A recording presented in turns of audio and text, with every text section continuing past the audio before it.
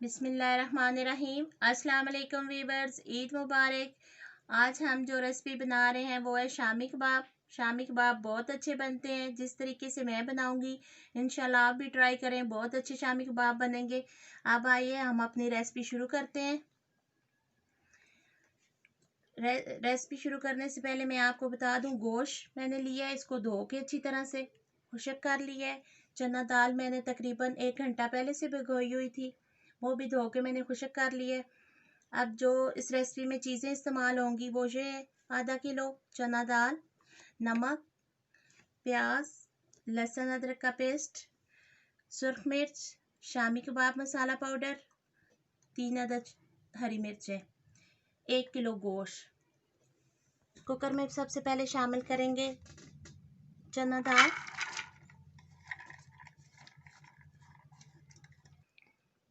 इसमें शामिल करेंगे गोश्त,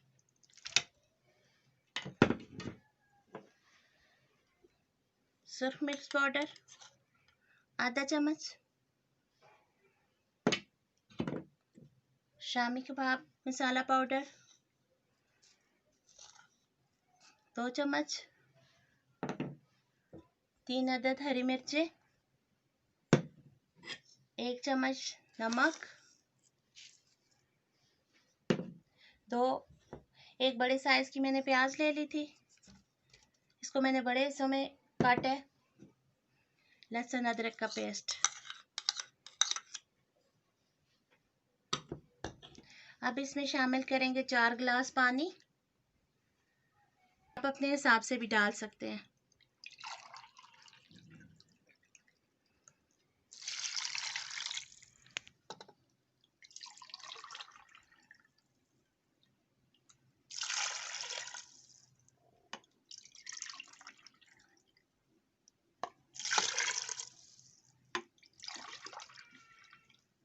इसमें मैंने टमाटर शामिल नहीं किए। टमाटर मैंने इसलिए शामिल नहीं किए क्योंकि जब इसका मसाला बनेगा तो टमाटर डालूंगी तो वो नरम बनेगा। अगर टमाटर नहीं डालूंगी तो इससे बहुत अच्छा इसका सख्त सा मसाला बनेगा और ये शामी कबाब बहुत अच्छे बनेंगे।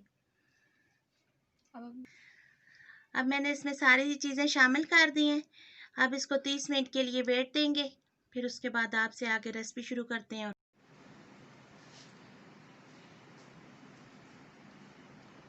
गोश्त और दाल बहुत अच्छी तरह गल चुके हैं।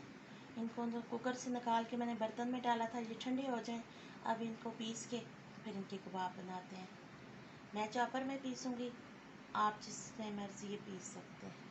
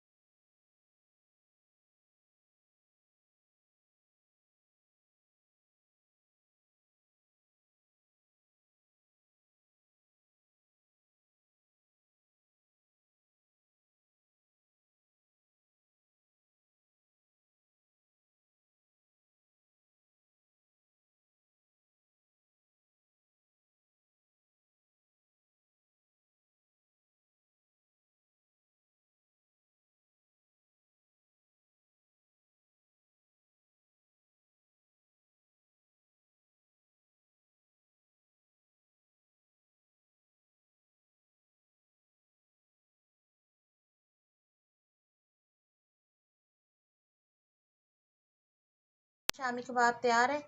आप इस रेसिपी को ज़रूर ट्राई कीजिए और कमेंट्स बॉक्स में बताएं ये रेसिपी आपको कैसी लगी है। इंशाल्लाह ये रेसिपी आपको बहुत पसंद आएगी। हमारे चैनल को करें सब्सक्राइब और दुआओं में रखें याद। इंशाल्लाह फिर मिलते हैं नेक्स्ट रेसिपी में।